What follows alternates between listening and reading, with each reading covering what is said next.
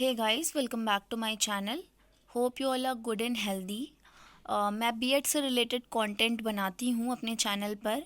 तो अगर आप बीएड कर रहे हो तो मेरे चैनल को ज़रूर सब्सक्राइब करिएगा, क्योंकि आपको काफ़ी ज़्यादा हेल्प मिलेगी मेरे चैनल से। मैं अपने चैनल पर लेसन प्लान्स प्रोवाइड कराती हूँ और आपको अवध यूनिवर्सिटी से जो भी रिलेटेड आपके सब्जेक्ट्स हैं, चाहे वो फर्स्ट ईयर हो या सेकेंड ईयर, उससे रिलेटेड टॉपिक, आपको मोस्ट इम्पॉर्टेंट टॉपिक्स भी प्रोवाइड कराती हूँ और उसके एक्सप्लेनेशन भी आपको प्रोवाइड कराती हूँ।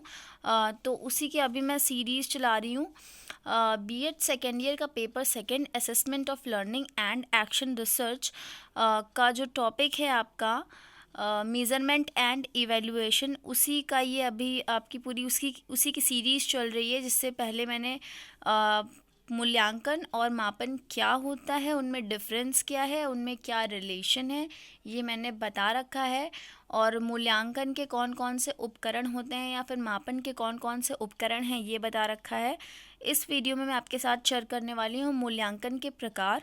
जब आप अवध यूनिवर्सिटी के प्रीवियस ईयर के क्वेश्चंस देखोगे तो आप देखोगे ये काफ़ी ज़्यादा क्वेश्चंस रिपीटेड है। वो कैसे पूछता है, आपसे पूछेगा निर्माणात्मक मूल्यांकन किसे कहते हैं, या फिर वो पूछ लेगा योगात्मक मूल्यांकन किसे कहते हैं, या वो पूछता है कि निर्माणात्मक या फिर आपका जो योगात्मक मूल्यांकन है उसमें डिफरेंस क्या है, फॉर्मेटिव और समेटिव इवैल्यूएशन में क्या डिफरेंस है। तो इस तरीके से क्वेश्चंस आते हैं। कभी कभी डायरेक्टली भी पूछा है मूल्यांकन के प्रकार के बारे में बताइए। तो आज का वीडियो इसी से रिलेटेड है। स्टार्ट करते हैं आज का वीडियो। तो मूल्यांकन आपके 3 प्रकार के होते हैं। पहला है आपका निर्माणात्मक या फिर संरचनात्मक मूल्यांकन, इसको हम फॉर्मेटिव इवैल्यूएशन भी कहते हैं। सेकंड है आपका योगात्मक संकलनात्मक मूल्यांकन, जिसे समेटिव इवैल्यूएशन भी कहते हैं। और थर्ड है आपका निदानात्मक मूल्यांकन, डायग्नोस्टिक इवैल्यूएशन। ओके, तो ये 3 मेन है मूल्यांकन के प्रकार। एक एक करके हम तीनों को समझेंगे और उसके बाद निर्माणात्मक और योगात्मक मूल्यांकन में क्या डिफरेंस है ये हम देखेंगे, क्योंकि ये काफ़ी ज़्यादा रिपीटेड क्वेश्चन है। आपको ये आना चाहिए, तभी आप अच्छा मार्क्स गेन कर सकते हो इसको लिखकर। तो सबसे पहले देख लेते हैं कि निर्माणात्मक जो या फिर रचनात्मक जो मूल्यांकन होता है वो होता क्या है, जिसे हम क्या कहते हैं, फॉर्मेटिव इवैल्यूएशन कहते हैं। तो बच्चों की लगातार प्रतिपुष्टि के लिए निर्माणात्मक मूल्यांकन सहायक है। इसमें अध्यापक पढ़ाते समय ये जांच करते हैं कि बच्चे ने ज्ञान को कितना ग्रहण किया है। यह पाठ के बीच बीच में किया जाता है। इसे अधिगम के लिए मूल्यांकन भी कहते हैं। तो जो आपका फॉर्मेटिव इवैल्यूएशन होता है ये आपका फीडबैक के लिए होता है। फीडबैक इन द सेंस कि बच्चे को कितना आया है, क्या चीज़ उसको नहीं आई है, इसको समझकर वो इम्प्रूवमेंट कर सकता है। ठीक है, इसे अधिगम के लिए मूल्यांकन भी कहते हैं। ये एक इम्पॉर्टेंट लाइन है। और ये जो है, जैसे आप टीचिंग कर रहे हो, आप पढ़ा रहे हो बच्चे को और बीच बीच में आप क्वेश्चंस भी पूछ रहे हो, तो ये आपका फॉर्मेटिव में आ जाएगा। ठीक है, उसके बाद नेक्स्ट लाइन है, जब कोई शैक्षिक योजना अपनी प्रारंभिक अवस्था में हो और इसका मूल्यांकन कर उसमें सुधार किया जा सके, तो इससे क्या कहते हैं, यहाँ पे मैंने फॉर्मेटिव असेसमेंट लिख दिया, आप लिखिएगा उसे। निर्माणात्मक मूल्यांकन कहते हैं। यानी कि ये आपका जो रचनात्मक मूल्यांकन है, फॉर्मेटिव एवेल्युएशन है, इसमें क्या होता है, सुधार के लिए इसको किया जाता है कि बच्चों को फीडबैक मिले, फिर वो उन चीज़ों में इम्प्रूवमेंट करके अच्छा स्कोर करें, या फिर वो अच्छा वो उन चीज़ों को अच्छे से समझ सकें। ठीक है, नेक्स्ट है, ये शैक्षिक योजना की प्रभावशीलता, गुणवत्ता, वांछनीयता, उपयोगिता को बढ़ाने के लिए फॉर्मेटिव असेसमेंट या फिर आपका रचनात्मक मूल्यांकन को हम इसका प्रयोग करते हैं। ठीक, उसके बाद है, इसका उद्देश्य शैक्षिक कार्यक्रम तैयार करने वाले व्यक्ति को उसके द्वारा तैयार की गई योजना की कमियों से इंगित कराना तथा उसमें सुधार के उपाय बताना है।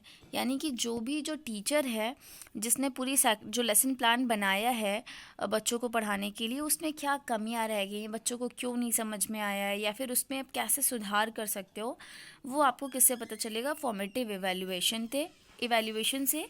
और लगातार प्रतिपुष्टि के लिए बहुत आवश्यक है।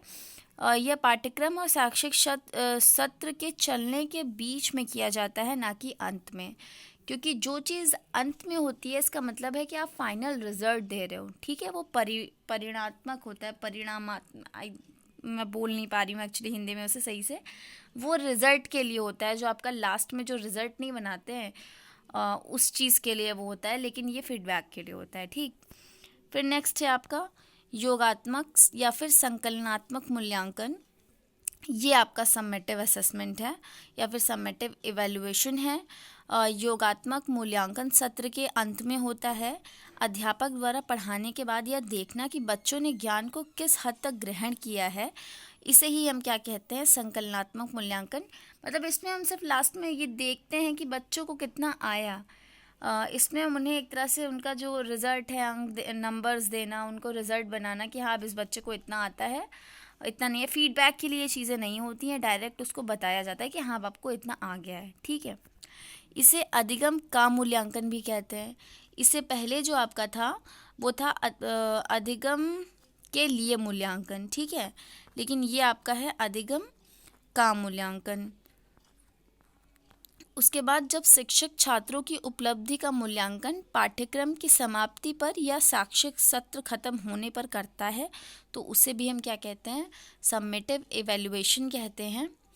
यानी कि जो बच्चा है उसकी जो भी उसने उपलब्धि हासिल करी, जो चीज़ें उसे आई, वो हम पूरी पढ़ाने के पूरा जो लेसन प्लान था उसको पढ़ाने के बाद अगर हमने क्वेश्चन किया है, या फिर पूरा शैक्षिक जो सत्र है वो ख़त्म हो गया, लास्ट में जो है उससे जो है आपने क्वेश्चंस किए, तो ये जो इवैल्यूएशन है ये उन चीज़ों के लिए है, ठीक है। इसका उद्देश्य यह ज्ञात करना है कि किसी कार्यक्रम को चालू रखा जाए या नहीं।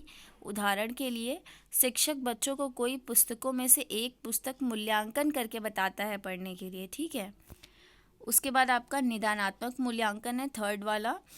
ये क्या होता है, वह जो बच्चे असफल हो रहे हैं, यानी कि किसी न किसी वजह से उनको चीज़ें समझ में नहीं आ रही है, उन बच्चों की असफलता का कारण ढूंढना निदानात्मक मूल्यांकन कहलाता है। देखिए, जो कोई भी बच्चा अगर असफल हो रहा है तो शिक्षक का एक ये कार्य है कि वो कोशिश करे जानने की कि उस जैसे कोई बच्चा है वो चीज़ों को सही से समझ नहीं पा रहा है, वो का सही से नहीं बना पा रहा, का को गलत बना के गा बना दे रहा है, तो कोशिश करे जानने की कि वो ऐसा क्यों कर रहा है या उससे गलती क्यों हो रही है, असफलता उसके हाथ क्यों लग रही है। ये जो प्रोसेस है समझने की, जानने की, डायग्नोस करने की कि आखिर प्रॉब्लम क्या है ना, तो इसे ही हम क्या कहते हैं, निदानात्मक मूल्यांकन कहते हैं, डायग्नोस्टिक एवेल्युएशन। अब इसका क्या है, इसे अधिगम के रूप में मूल्यांकन कहते हैं। क्या कहते हैं, अधिगम के रूप में मूल्यांकन कहते हैं। इसके बाद ये आपके तीनों प्रकार हो गए। अब मैं आपको रचनात्मक इवैल्यूएशन यानी कि फॉर्मेटिव इवैल्यूएशन और योगात्मक इवैल्यूएशन में डिफरेंसेस बताऊंगी। मैं टोटल 9 डिफरेंस आपको बताऊंगी, ओके। पहला है ये शिक्षण प्रक्रिया की दशा का ज्ञात कराता है, पर ये जो आपका योगात्मक है ये शिक्षण प्रक्रिया कितनी सफल रही ये इसका ज्ञान करवाता है। यानी कि जो अब जैसे रचनात्मक है, फॉर्मेटिव, तो आप ये जान पाओगे ना कि बच्चे को कितना आया, नहीं आया, क्या प्रॉब्लम हो रही है, किस तरीके से सॉल्व कर सकते हो, क्या दशा है। लेकिन इसमें क्या है, अब आपको डायरेक्ट रिजल्ट मिला कि आपने जितना पढ़ाया वो कुछ सक्सेसफुल हुआ भी या नहीं हुआ, ठीक है। दूसरा है शिक्षण प्रक्रिया के दौरान लगातार होता है, ये मैंने अभी आपको बताया ही कि फॉर्मेटिव एवेल्युएशन टीचिंग के टाइम ही किया जाता है और ये शैक्षिक सत्र के समापन के टाइम पर होता है, अंत पे होता है। फिर थर्ड है आपका, इसे अधिगम के लिए मूल्यांकन कहते हैं और आपका जो समेटिव है इसे अधिगम का आकलन या फिर अधिगम का मूल्यांकन कहते हैं, ठीक। फोर्थ है आपका, ये जो है जो आपका ये मैंने बहुत शॉर्ट में लिखा है, आप इसको थोड़ा सा और बढ़ा के लिख लीजिएगा कि फॉर्मेटिव असेसमेंट या फिर रचनात्मक मूल्यांकन पृष्ठ पोषण प्रदान करता है, ठीक है, इस तरीके से। इसमें क्या होता है, फीडबैक मिलता है, पृष्ठ पोषण। लेकिन इसमें क्या होता है, फीडबैक नहीं मिलता, आप डायरेक्ट इसमें क्या करते हो, प्रमाण देते हो, ठीक है, प्रमाण प्रदान करना, ना कि पृष्ठ पोषण। फिर फिफ्थ है आपका, विद्यार्थी को बताता है कि उसे कहाँ सुधार करना है, क्या कमियां रह गई हैं, किस जगह पे उसे सुधार करना है। और ये बताता है आपको समेटिव कि विद्यार्थी को ये बताता है कि विद्यार्थी ने कितना सुधार कर लिया, अब लास्ट में रिजल्ट बन रहा है ना, तो अब फाइनल अब पता चल गया कि अभी तक तो ये हो रहा था फॉर्मेटिव में कि ये गलती हो रही, सुधार लो, इस तरीके से आप अच्छा स्कोर कर सकते हो, अच्छा पढ़ सकते हो, अच्छे से समझ सकते हो। अब क्या है, लास्ट में कि अब आपने कितना समझा, ये उसका मूल्यांकन है। ठीक, नेक्स्ट है आपका अल्पकालिक निर्णय लेने में ये सहायक है, और ये आपका दीर्घकालिक निर्णय लेने में सहायक है। 7th है आपका आंतरिक मूल्यांकन उत्तम होता है, यानी कि रचनात्मक मूल्यांकन में जो आंतरिक मूल्यांकन होता है वो उत्तम होता है। जो टीचर्स होते हैं वही इस मूल्यांकन को करें, आंतरिक से सेंस है कि जो टीचर है, जो स्कूल है, उसी में उसका मूल्यांकन हो तो ज़्यादा बेटर होगा, क्योंकि बच्चे डेली टीचर से ही इंटरेक्ट करते हैं। लेकिन आपका जो समेटिव होता है, इसके लिए बाह्य मूल्यांकन उत्तम है, क्योंकि अब हमें रिजल्ट देना है। ठीक है, मे बी ऐसा हो सकता है कि अगर फॉर्मेटिव एवेलुएशन में ये चीज़ किया जाए, रिजल्ट देने अगर जो रिजल्ट देने वाला काम है वो फॉर्मेटिव एवेल्यूशन में, तो हो सकता है कि जो टीचर है वो कहीं ना कहीं पक्षपात करे। ठीक है, लेकिन क्योंकि बाहर मूल्यांकन है, कोई टीचर बाहर का होगा तो उसे क्या फ़र्क पड़ता है, कोई उसे पता ही नहीं है कौन बच्चा है या फिर वो किसकी कॉपी चेक कर रहा है, तो वो सबकी कॉपी एक जैसे चेक करेगा। ठीक है, तो रिज़ल्ट सही आएगा, इस पर रिज़ल्ट आने की पॉसिबिलिटी सही होती है।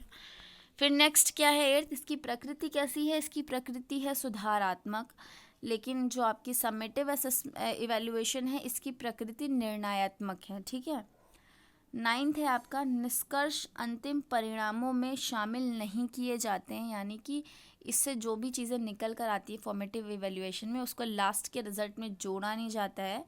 लेकिन समेटिव इवैल्यूएशन में जो चीज़ें निकल कर आती हैं, जो रिज़ल्ट आता है, निष्कर्ष आता है, वो जो है अंतिम परिणाम में जो है उसे जोड़ा जाता है। और जो मैं बोल नहीं पा रही थी हिंदी में वो मुझे यहाँ पे मिल गया, परिणाम। So this is it guys, आज का वीडियो यहीं पे ख़त्म होता है। आई होप कि ये वीडियो आपके लिए हेल्पफुल रहा होगा। मैं इस वीडियो की PDF आपको 1-2 दिन में प्रोवाइड करा दूँगी। So thank you for watching. Don't forget to subscribe my channel and like the video because your subscription means a lot to me guys. Thank you so much. और मैं science के lesson plan भी आपको जल्द provide करा दूँगी. Thank you.